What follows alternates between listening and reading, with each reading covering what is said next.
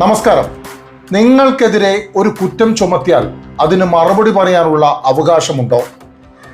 ഒറ്റപ്പെടുത്തുമ്പോഴും അപകീർത്തിയിലാഴ്ത്തുമ്പോഴും നിങ്ങൾക്ക് നിങ്ങളെക്കുറിച്ച് പറഞ്ഞത് തെറ്റാണെന്ന് തെളിയിക്കാൻ നിങ്ങൾ ശ്രമിക്കുന്നതിൽ എന്താണ് തെറ്റ്? പള്ളിപ്പുഴ മഹൽ കമ്മിറ്റി മുൻ പ്രസിഡന്റായ PM അബ്ദുൽ ബഷീർ ചോദിക്കുന്ന ചോദ്യങ്ങൾക്ക് പ്രസക്തി ഏറെയാണ്. സത്യസന്ധത തെളിയിക്കാൻ അവസരമില്ലെങ്കിൽ അത് നിയമവ്യവസ്ഥയോടുള്ള വെല്ലുവിളിയാണ്. പറഞ്ഞു വരുന്നത് കാസർഗോഡ് ജില്ലയിലെ പള്ളിക്കര പഞ്ചായത്തിലെ പള്ളിപ്പുഴ മൊഹിദ്ദീൻ ജുമാ മസ്ജിദ് കമ്മിറ്റിയിൽ നടക്കുന്ന പോരുകളെ കുറിച്ചാണ്. ഒരുപാട് പള്ളികളിൽ പ്രശ്നങ്ങൾ ഉണ്ടാവാറുണ്ട്. എന്നാൽ അതിൽ നിന്നെല്ലാം തീർത്തും വ്യത്യസ്തമായ ഒരു പ്രശ്നമാണ് ഈ മഹൽ കമ്മിറ്റിയിൽ ഉള്ളത്.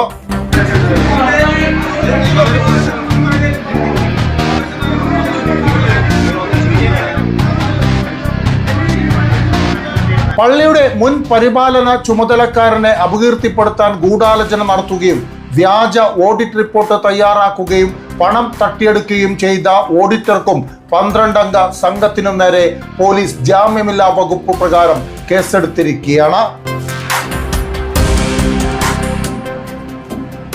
പള്ളിപ്പുഴ മൊഹിദ്ദീൻ ജമാഅത്ത് കമ്മിറ്റിയിലെ 2021-23 കാലയളവിലെ വാർഷിക കണക്കുകൾ ഓഡിറ്റ് ചെയ്ത് വ്യാജ റിപ്പോർട്ടുണ്ടാക്കി പണം അപഹരിക്കുകയും സമൂഹമധ്യത്തിൽ മോശക്കാരായി ചിത്രീകരിക്കുകയും ഇതിനായി ഗൂഢാലോചന നടത്തിയെന്നാരോപിച്ചാണ് പള്ളിപ്പുഴ മഹൽ കമ്മിറ്റി മുൻ പ്രസിഡന്റ് PM അബ്ദുൽ ബഷീറിന്റെ പരാതിയുടെ അടിസ്ഥാനത്തിൽ ബേക്കലം പോലീസ് കണക്കുകൾ ഓഡിറ്റ് ചെയ്ത കാസർഗോഡ് ചാർട്ടേഡ് അക്കൗണ്ട് C അഷ്റഫിനെ 1-ാം പ്രതിയാക്കിയും കള്ളനാട് താമസക്കാരനും കമ്മിറ്റിയുടെ മുൻ ഭാരവാഹിയുമായ PM ബദ്രുദ്ദീൻ എന്നിവരെ 2-ാം പ്രതിയാക്കിയും അബ്ദുൽ സമീർ, ഹനീഫ് കുഞ്ഞബ്ദുള്ള, ഹമീദ് അഹമ്മദ് ആജി, ഷാഫി മീത്തേൽ അബൂബക്കർ, ഹംസ മുട്ടുംതല, മൂസ പുതിയപുര, സാലി ഹംസ, കബീർ മീത്തേൽ, നുഹ്മാൻ അബ്ദുള്ള, ഇർഷാദ് അബ്ബാസ് എന്നിവരെ കൂട്ടുപ്രതികളാക്കിയും IPC 420-43 എന്നീ വകുപ്പുകൾ ചേർത്ത് ബേക്കലം പോലീസ് FIR രജിസ്റ്റർ ചെയ്ത് അന്വേഷണം ആരംഭിച്ചിരിക്കുന്നത്.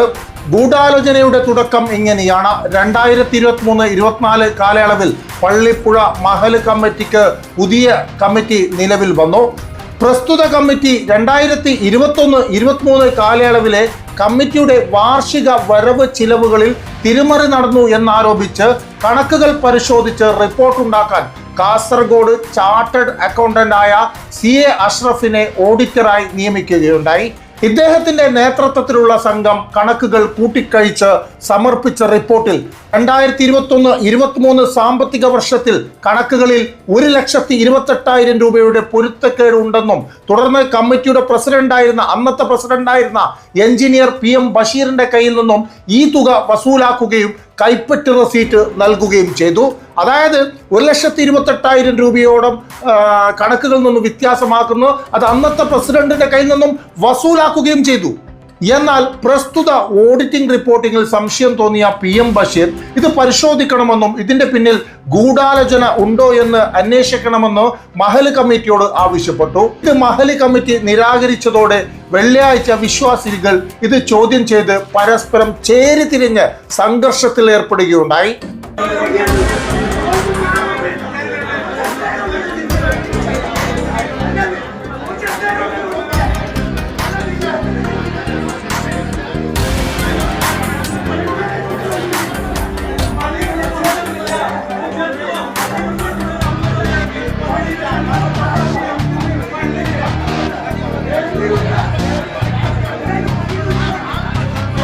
തുടർന്ന് ജമാഅത്തിലെ അംഗങ്ങളിൽ നിന്നും 10 അംഗ സമിതിയെ കണക്കുകൾ പരിശോധിക്കാനായി നിയോഗിച്ചു.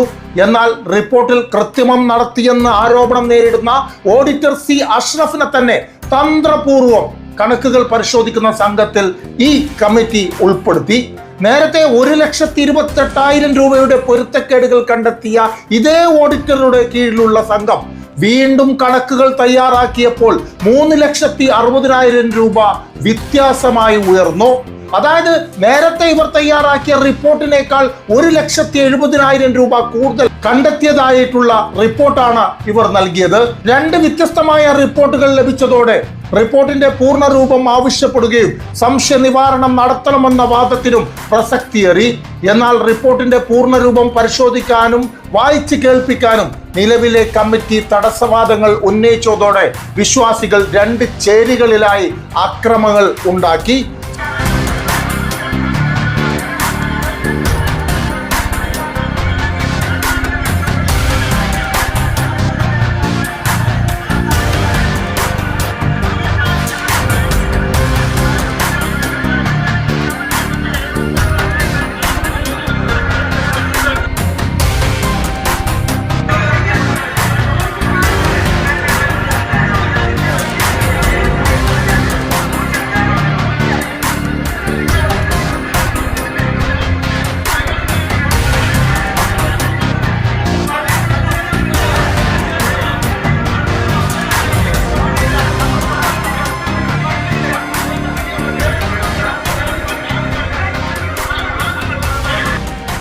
സംഘർഷത്തെ തുടർന്ന് ബേക്കലം പോലീസിൽ 3 കേസുകളാണ് രജിസ്റ്റർ ചെയ്തത്.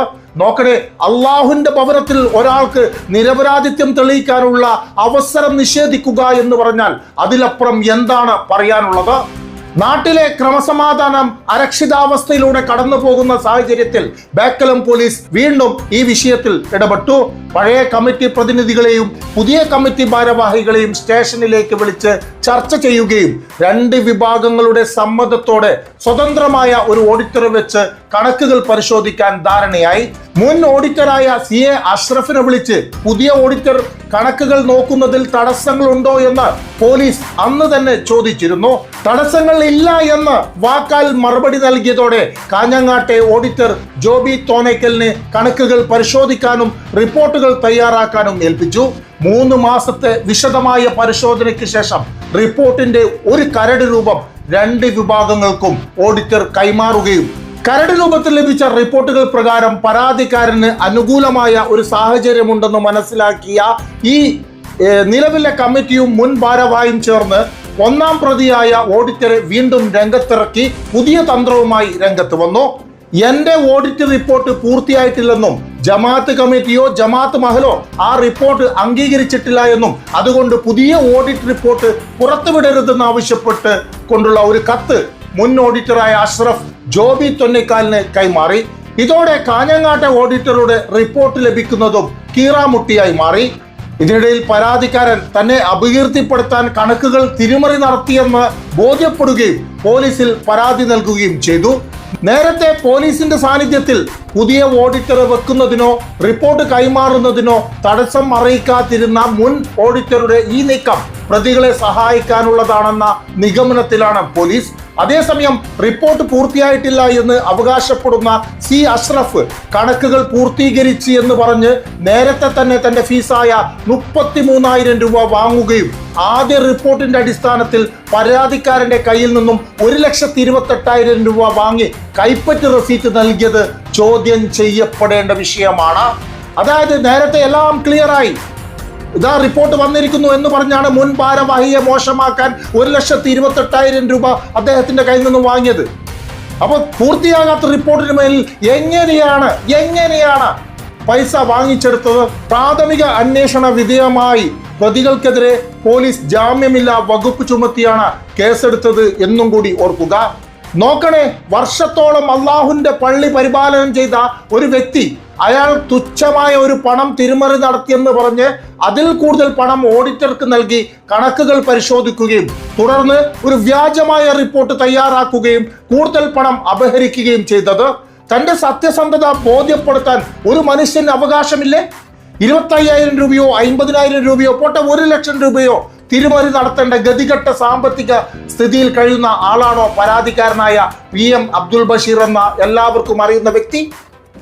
തന്റെ പേരിലുള്ള ഒരു ആരോപണത്തിൽ കണക്കുകൾ പരിശോധിക്കാൻ തനിക്കും കൂടി അവകാശമുണ്ട് എന്ന് ആവശ്യപ്പെട്ടത് തന്റെ ജീവിതത്തിൽ ഒരിക്കൽ പോലും ഇത്തരം തിരിമറി നടത്തിയിട്ടില്ല എന്ന് ഉറപ്പുള്ളത് കൊണ്ടാണ്.